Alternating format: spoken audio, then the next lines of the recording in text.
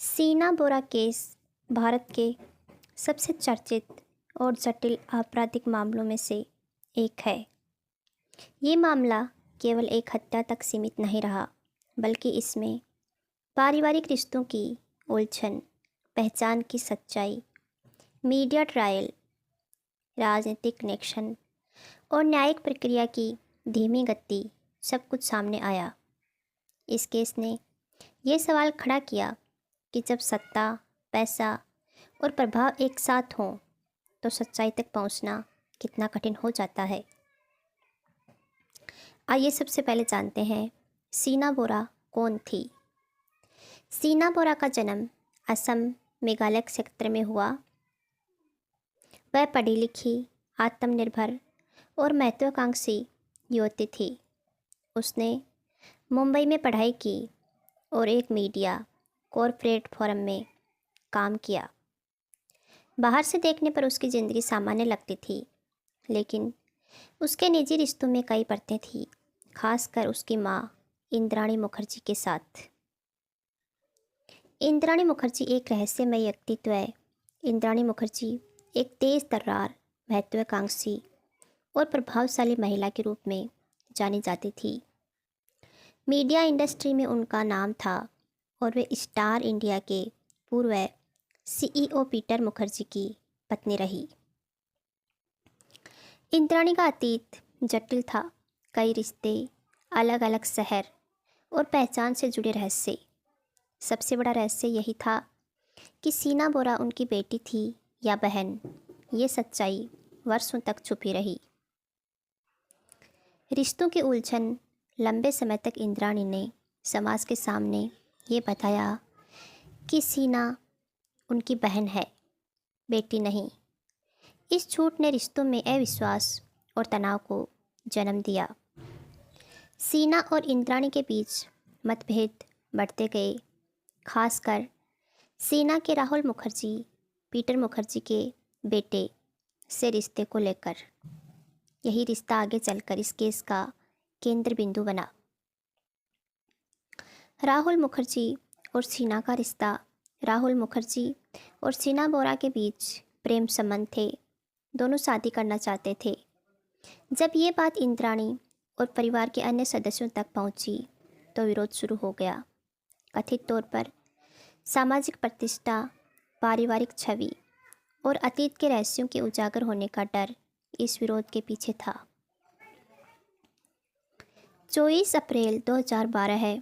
वह रात 24 अप्रैल 2012 की रात सीना बोरा अचानक लापता हो गई।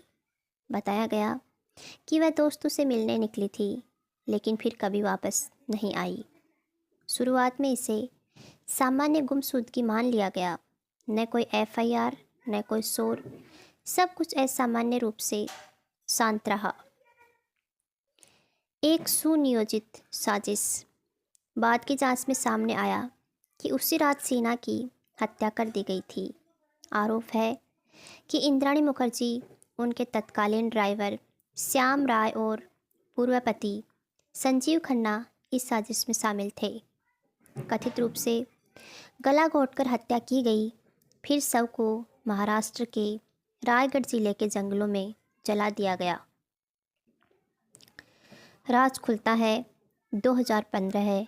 3 साल तक मामला दबा रहा। 2015 में ड्राइवर श्याम राय एक अलग केस में गिरफ्तार हुआ और पूछताछ के दौरान उसने सीना बोरा हत्या का खुलासा किया। इसी कबूलनामे ने पूरे देश को हिला दिया। पुलिस ने इंद्राणी मुखर्जी और संजीव खन्ना को गिरफ्तार किया।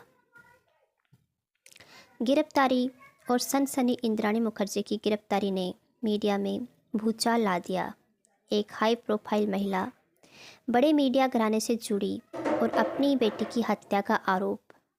टीवी डिबेट्स, अखबारों की सुर्खियां और सोशल मीडिया पर चर्चाएं तेज हो गई। पीटर मुखर्जी की भूमिका। पीटर मुखर्जी पर आरोप लगा कि उन्हें हत्या की जानकारी थी, या बाद में सच्चाई पता चलने के बावजूद उन्होंने इसे छुपाया। उन्हें भी गिरफ्तार किया गया, हालांकि उन्होंने सीधे हत्या में शामिल होने से इनकार किया। उनकी भूमिका। आज भी विवाद का विषय है। सबूत और फोरेंसिक चुनौतियाँ। चूँकि शव को जला दिया गया था, फोरेंसिक सबूत जुटाना कठिन था। डीएनए, हड्डियों के अवशेष, कॉल रिकॉर्ड्स और लोकेशन डेटा, इन सब के आधार पर केस बनाया गया। बचाव पक्ष ने सबूतों की विश्वसनीयता पर सवाल उठाए।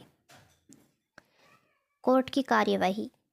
मामला सीबीआई को सौंपा गया। चार्जशीट दाखिल हुई। गवाहों के बयान दर्ज हुए, लेकिन तारीख पर तारीख, जमानत याचिकाएं और कानूनी पेचीदगियां, इन सब ने ट्रायल को लंबा खींच दिया। मीडिया ट्रायल बनाम न्याय। ये केस मीडिया ट्रायल का बड़ा उदाहरण बना। कई बार अदालत से पहले टीवी स्टूडियो में फैसले सुनाए जाने लगे। इससे न्यायिक प्रक्रिया पर दबाव पड़ा और निष्पक्षता पर सवाल उठे। इंद्राणी का बचाव। इंद्राणी मुखर्जी ने आरोपों से इनकार किया। उन्होंने कहा कि सीना उनकी बेटी नहीं थी, जांच में खामियां हैं और उन्हें फंसाया जा रहा है। उनके वकीलों ने तकनीकी आधार पर केस को कमज़ोर बताने की कोशिश की। जमानत और नई बहस। समय के साथ कुछ आरोपियों को जमानत मिली। इससे पीड़ित पक्ष और समाज में नाराज़गी भी दिखी। सवाल उठा, क्या रसूखदारों के लिए कानून अलग है? सीना बोरा, एक आवाज़ जो दब गई। इस पूरे मामले में सबसे दुखद पहलू यह है कि सीना की आवाज़, उसके सपने और उसकी ज़िंदगी, सब कुछ एक साजिश में ख़त्म हो गया। वह सिर्फ एक केस बनकर रह गई। समाज के लिए सबक। ये केस हमें सिखाता है कि परिवार के भीतर छुपे झूठ कितने खतरनाक हो सकते हैं। पहचान, स्वार्थ और प्रतिष्ठा के नाम पर लिया गया एक गलत फैसला कई जिंदगियां बर्बाद कर सकता है। न्याय की राह कितनी लंबी। सीना बोरा केस आज भी याद दिलाता है कि भारत में न्याय की प्रक्रिया लंबी और जटिल है। पीड़ितों के परिवारों को सालों इंतजार करना पड़ता है। निष्कर्ष निकलता है कि सीना बोरा केस केवल एक हत्या नहीं, बल्कि भारतीय समाज का आईना है, जहां रिश्ते, सत्ता, पैसा और सच आपस में टकराते हैं। अंतिम फैसला जो भी हो, ये केस इतिहास में एक चेतावनी की तरह दर्ज रहेगा कि सच्चाई कितनी भी देर से सामने आए, उसका पीछा नहीं छोड़ा जा सकता।